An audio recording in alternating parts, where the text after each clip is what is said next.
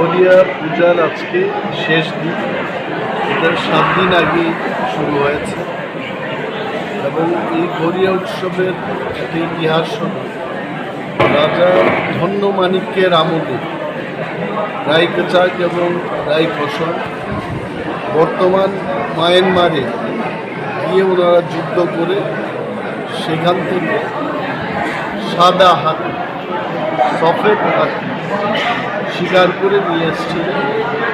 তখন গরিয়া দেবতা আমাদের যিনি সেনাপতি ছিলেন রায়কচাক স্বপ্নে কীভাবে ওই পাহাড়টাকে অতিক্রম করতে হবে এটার সমস্ত গাইডলাইন এবং সমস্ত ধরনের সহযোগিতা করেছেন ওনার ভিশনের মাধ্যমে এসে।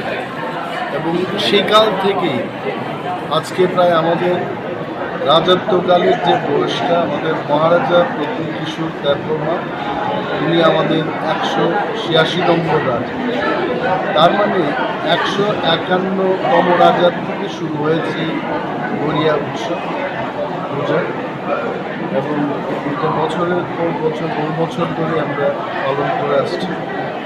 আজকে এটারই একটা উদ্যোগ আমরা আমবাসা সাবজোনালে করছি।